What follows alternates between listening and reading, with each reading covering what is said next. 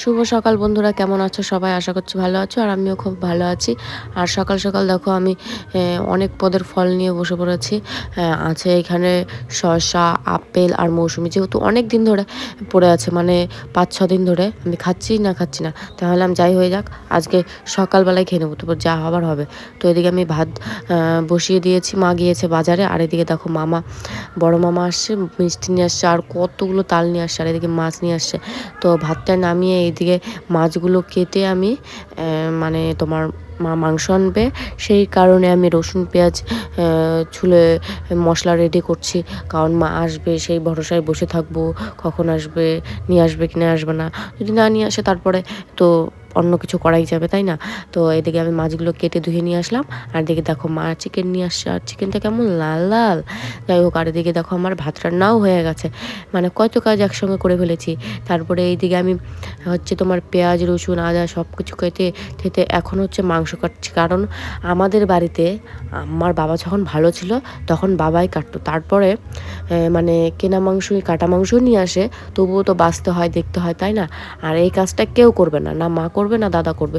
তবুও মা একবার করেছিল, কিন্তু ভালো করতে পারেনি, সেই জন্য আমি খেতেও পারিনি। কারণ আমার মনের মতো না হলে আমি আবার পছন্দ করি না। ভালো করে পরিষ্কার করতে হবে, তারপরে ধুতে হবে, আর সেই জিনিসটা না হলে হয় না। সেই জন্য আমি কোনো নিমন্ত্রণ বাড়িতেও খাই না। আর যদিও খাই, সেখানে যদি অল্প স্বল্প মানুষ থাকে, নিজেদের মধ্যে হয়, তাহলে আমি ওইখানে বসে তাদেরকে বলি ঠিকঠাক করে করো, নাহলে আমি খেতে পারবো না, বুঝেছো? তারপরে এদিকে মাকে মশলা করে দিচ্ছি। আর আজকে যে মিক্সচারটা কী হয়েছিল, সমস্যা দিচ্ছিলো। তারপরে যাই হোক, আমি তো মেকারের বেটি না, তাই ঠিকঠাক করে নিলাম। তারপরে এদিকে ঘটর করে হয়ে গেল। তারপরে এই দেখো মামার তাল এনেছিল, ওটা তো আলাদাই আছে। আর এইটা মাসি পাকুয়া হাটে এসেছিল, আর মা গিয়েছিল, সেইখান থেকে দিয়েছিল, সেই তালটা জাল দিয়েছে। আর তাল খেতে তোমরা কে কে ভালোবাসো সেটা অবশ্যই জানিও।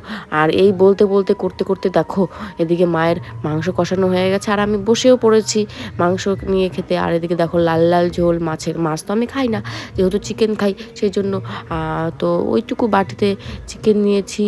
আর কষানিতে তো খেয়েইছি, সেটা তো বলার কথাই না। আর তোমাদের কার কার ভালো লাগে এরকম, মানে কষা কষা করে মাংস খেতে? আর এইদিকে রসুন কার কার খেতে ভালো লাগে সেটা কিন্তু অবশ্যই জানি।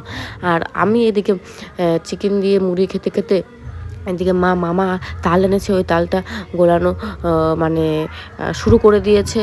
কারণ তালের বড়া হবে, এর আগের দিন হয়নি, এর আগের দিন করতে পারিনি। আর আমি ওইটুকু বাটিতেই ওইভাবেই মুড়ি মাখাচ্ছি, ওইভাবেই খাচ্ছি।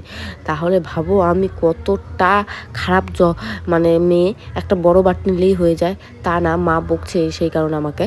তো মায়ের দিকে তালগুলো আছে, আর আমি এদিকে রান্না করার বাসনগুলো ধুতে যাচ্ছি, মাকে মোবাইলে সিরিয়াল চালিয়ে। তারপরে বলতে বলতেই দেখো আবার তোমার তালের বড়া তৈরি হয়ে গেছে। আর আমি মাকে বলেছি, যেহেতু আমি তালের বড়া সেরকম একটা ভালো খাই না, বলেছি একটু কড়া করে ভাজবে। আর এমনই কড়া করে ভাজাছে, এদিকে কালো কালো হয়ে গেছে। বুঝতেই পারছো দেখেই আমার মুখটা। তালের বড়া আমার খুব একটা পছন্দ নয়, কিন্তু কলার বড়াটা আমার বেশ ভালো লাগে, বেশ মজার লাগে। আর তালের বড়াটা কেমন একটা তিতে তিতে লাগে, একদমই ভালো লাগে না। তারপর আমি যেহেতু যোগা ক্লাসে যাব, সেই জন্য মামা সাইকেলটা নিয়ে গেছিলো, তো মামাকে বললাম মামা বাইরেই রাখো। আর এদিকে দুপুর হয়ে গেছে, আর আমার এত প্রচণ্ড পরিমাণে শরীর খারাপ, মানে হুট করে জ্বর চলে আসছে, ভাবতেই পারিনি। আর এইদিকে আমি নাইটি সামলাতে পারি না, নাইটি পরি অথচ নাইটি সামলাতে পারি না, কিন্তু শখ করে পড়ার জন্য। তো যেহেতু যোগা ক্লাসে যাওয়া হবে না, আর এদিকে প্রচণ্ড মেঘ করছে, দেখতেই পাচ্ছ, সেই জন্য আমি সাইকেলটা উঠিয়ে রাখছি। আর এদিকে মানে উঠানোরও শক্তি পাচ্ছি না, মানে এতটা হঠাৎ শরীর খারাপ হয়ে গেল। তো এদিকে উঁচু করে তুলে নিলাম। যাই হোক, ভিডিওটা তোমাদের কেমন লাগলো অবশ্যই জানিও। আর আমার এতটাই খারাপ লাগছে, আমি আর থাকতে পারছি না। তো আমি এখন ঘুমোতেই, তোমরা like comment share subscribe follow করে দিও। টাটা।